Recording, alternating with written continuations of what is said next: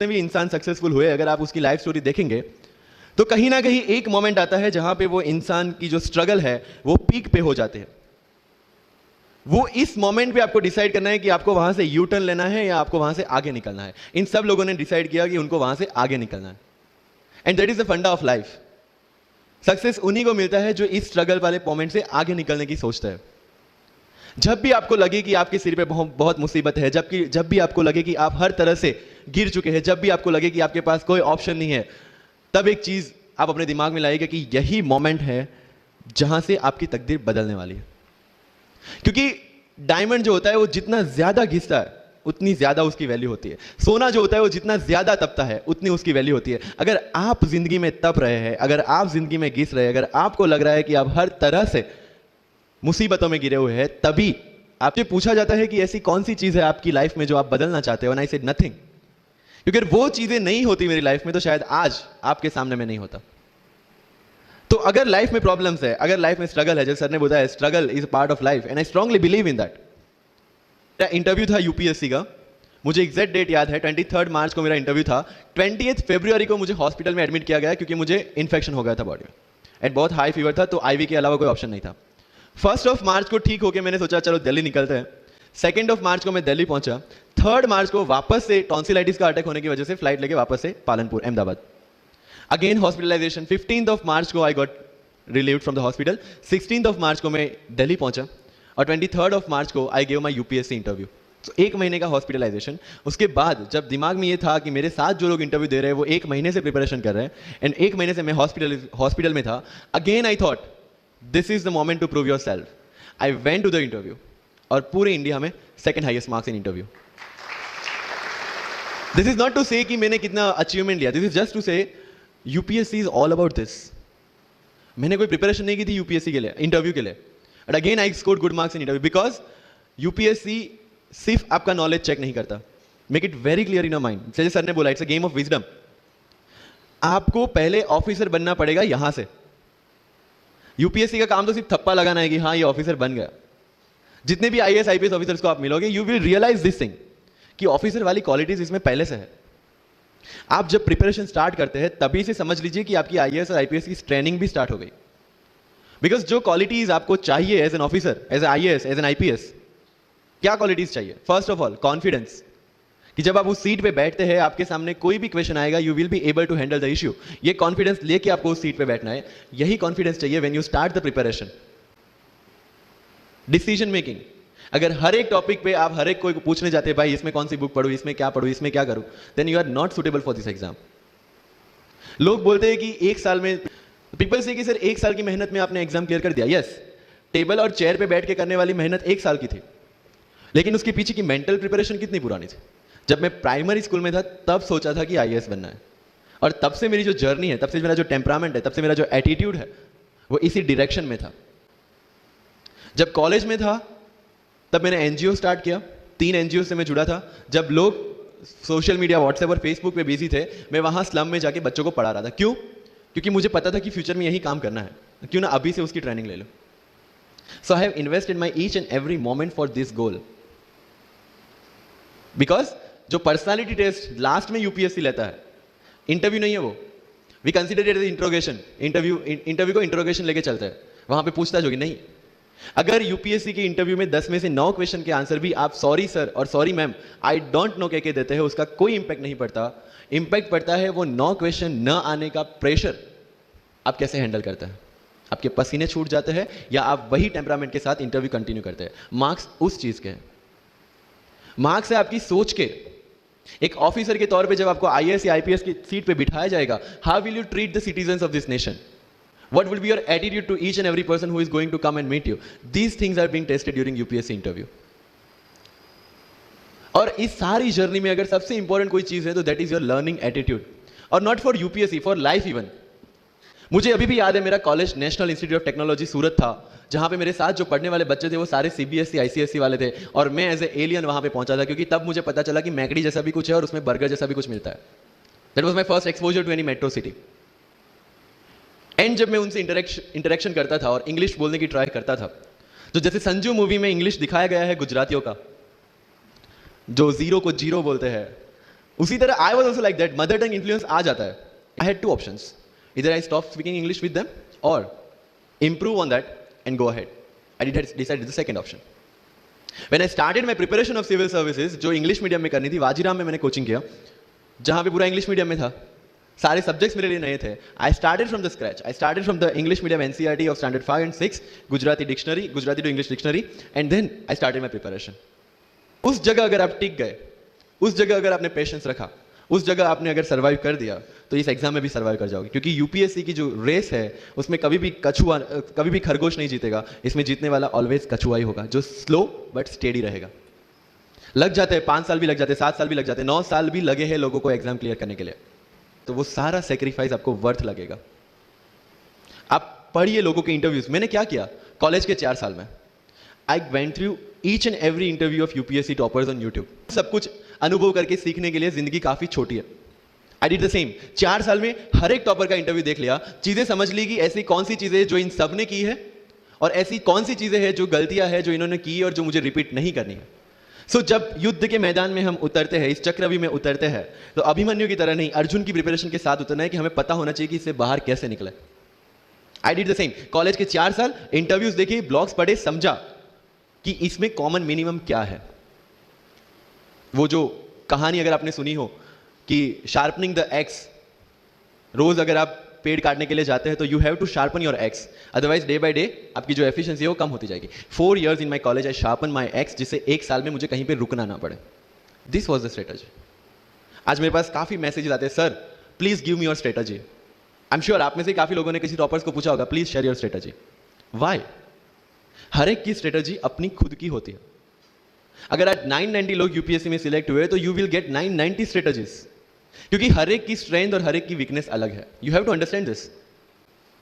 आप कभी डॉक्टर के पास जाते हैं बीमार होके और कभी डॉक्टर को ये बोला है, सर जो आगे वाले पेशेंट को दी ना मुझे वही मेडिसिन चाहिए. डिड यू से लाइक दैट? नो, क्योंकि उसकी बीमारी अलग है, मेरी बीमारी अलग है. सेम चीज विद यूपीएससी. आपकी स्ट्रेंथ और आपकी वीकनेसेस अलग है, किसी टॉपर की स्ट्रेंथ और किसी टॉपर की वीकनेसेस अलग है.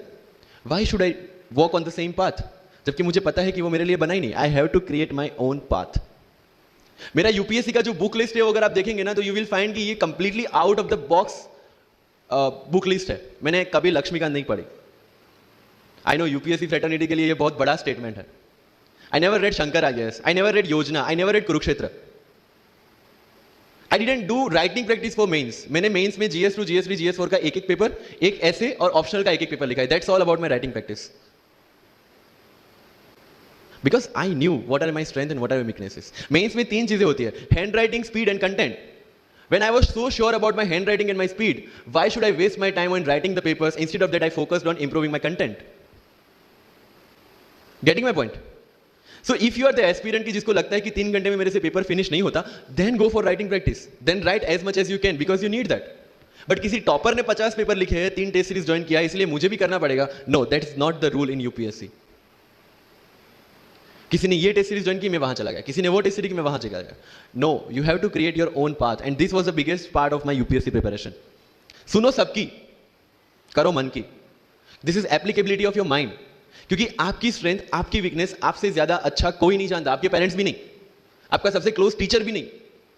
आपको 3 बार चीजें पढ़ के समझ में आती है, किसी को 5 बार पढ़ के समझ में आती है, किसी को 1 बार समझ में आ जाती है. But I want follow the same path जो आगे लोगों ने फॉलो किया. वो मेरे लिए बना ही नहीं. I have create my own path. Getting my point? Yes or no? So, जो मजदूरी है वो सड़क पे एक इंसान 12 घंटे गड्ढा खोद के भी करता है और एक टॉप कंपनी का सीईओ भी 12 घंटे दिमाग चला के मेहनत करता है. लेकिन how he is different from that person on the road? Because he uses his mind. In UPSC we are supposed to do the same. मुझे पता चला कि भाई लक्ष्मीकांत मेरी मेंस की रिक्वायरमेंट फुलफिल नहीं करता. प्रीलिम्स जैसे सर ने बताया was not into consideration. I know कि उसमें सिर्फ एक ब्रिज क्रॉस करना है, एक हर्डल क्रॉस करना है. अगर मैं प्रीलिम्स में 180 भी लेके आया, 190, इवन 200 भी लेके आया, तो मेंस में तो मैं सबके बराबर ही खड़ा हूं. Why to waste your time and energy on something which is just qualifying? Instead of that, put your focus and energy to something, mains and interview, कि जिसकी वजह से आपको सर्विस मिलना है. Good marks in mains ensure that you are on the list. Good marks in interview ensure that you get the service of your preference. Prelims is about quality. Mains is about quantity. Prelims में always मेरा target एक ही था, जो भी test में देता था, जो भी मैं सॉल्व करता था, I just need to cross 120, that's all. जितना सेफली मैं 120 क्रॉस कर लेता था, I put the paper aside, क्योंकि आज तक यूपीएससी का कट ऑफ कभी 120 से ऊपर गया नहीं और जाने वाला नहीं है. That was very clear in my mind. So minimum risk लेके मैक्सिमम आउटपुट लेना वो प्रीलिम्स का काम था. एंड उसके लिए आपको सिर्फ प्रैक्टिस ही चाहिए. As sir said, there is no separate preparation for prelims. What I did, जनवरी तक मेंस ओरिएंटेड प्रिपरेशन, फरवरी से I started test series. Vajiram में जनवरी से टेस्ट सीरीज स्टार्ट हो जाती है. I started test series, I started revising the things and then prelims आ गया, दे दिया, खत्म. Even I am telling you, 27th of April को मेरा रिजल्ट आया सिविल सर्विस 2017 का. I got 570 rank. I was sure that I will get IPS, but again that IAS वाली चीज़, तो फॉर्म फिलअप किया हुआ था. आई एम लाइक ओके चलो दे देते आई. सो 15-20 दिन तो सेलिब्रेशन में निकल गए. रिजल्ट आया, आईपीएस बन गए, अच्छा है, चलो सही. बाकी बचे थे मेरे पास 1 वीक 1.5 वीक, जिसमें से मेरे पास पढ़ना, तो पढ़ूँ क्या. आई टुक विजन 365, जिसमें से मैंने पढ़ना स्टार्ट किया. वो भी not with full heart, you know, क्योंकि एक बार जो आपका सेलिब्रेशन चल रहा है, एक सेंस ऑफ सिक्योरिटी आ जाती है. मैंने जैसे तैसे किया, लेकिन विजन में से इस बार कुछ पूछा नहीं, किसी में से कुछ नहीं पूछा 2018 में तो. But still I clear the prelims based on the last year preparation. मेरे साथ जिन्होंने 2018 की प्रिपरेशन की थी, जो 12 साल से 18 के लिए जो लड़ रहे थे, they couldn't clear the exam. Why? Because prelims is just a mind game. You have to understand that. सबसे अच्छी बात प्रीलिम्स में ये है कि आंसर आपकी आंखों के सामने है, जो मेंस और इंटरव्यू में नहीं है. So is the most safest game. You just need to understand the trick which UPSC follows, where it can misguide you. तो अगर आपने यूपीएससी के पिछले 15-20 साल के पेपर आपने देख लिए हैं, तो आपको समझ में आ जाएगा कि यहां पे गड्ढा है. अगर यूपीएससी ने इस टाइप का स्टेटमेंट रखा है, तो you have to be careful about this. But होता यह है कि हम विजन वाजीराम की टेस्ट सीरीज करके जाते हैं, हमारा माइंडसेट उस हिसाब से बन गया है, and then we try to attempt UPSC. So मेरा स्ट्रिक्टली एक ही चीज आपको कहना है कि अगर आपका प्रीलिम्स जून में है, तो मिड ऑफ मई तक सारी टेस्ट सीरीज खत्म कीजिए. लास्ट 15 डेज में सिर्फ यूपीएससी के प्रीवियस ईयर के पेपर्स कीजिए. तो आपका जो माइंडसेट है वो यूपीएससी एंगल से सेट हो जाएगा. फिर you will not target the prelims exam from vision or Vajiram point of view, you will do it from UPSC point of view. This is mind game. See, this cannot be taught in any class or this cannot be written in any book. This you have to understand by yourself. Wisdom जो sir ने बोला. अगर 5 लाख लोग prelims में बैठते हैं और 15,000 qualify करते हैं, what is different with those 15,000? There are certain keys जो आपको पकड़नी है prelims के लिए. Test series is a practice test. हम क्या करते हैं? Test series दे दिया, marks देख लिए, खत्म. No, that is not for your evaluation. That is part of your learning process. What I used to do, sir, कि वाजीराम का जब टेस्ट खत्म होता था, मैं घर पे आके खुद उसकी की बनाता था. How does it help you? It helps me to understand the entire topic again. 1 to 100 question, 100 topics. Again, you are revising. की में क्या होता है? जो 4 ऑप्शन दिए उसके इर्द गिर्द ही पूरा सॉल्यूशन देता है. जब आप गूगल पे पढ़ते हैं, you understand the whole topic again. तो अगर सेम टॉपिक में से कोई और क्वेश्चन भी आ जाता है, you have already revised the things. This is how you'll practice for prelims. अगर कहीं पे भी टाइम इन्वेस्ट कर रहे हो, you have to get optimum output out of that. लोग करंट अफेयर्स के नोट्स बनाते हैं न्यूज़पेपर पढ़ के. I never made any notes. Why? जब कोचिंग क्लासेस इतना पैसा दे के उनके लोगों को बिठा के न्यूज़पेपर में से, पीआईबी में से, पीआरएस में इतना अच्छा मंथली मैगजीन प्रिपेयर करते हैं, what's the need for me to write down the same thing again in my notes? उससे बेटर है कि मैं वो मंथली मैगजीन बार बार रिवाइज कर लूँ. वाजीराम में एक सिस्टम है, 500 लोगों का क्लास होता है. अगर आपको फ्रंट रो में बैठना है तो you have to go 1 hour early.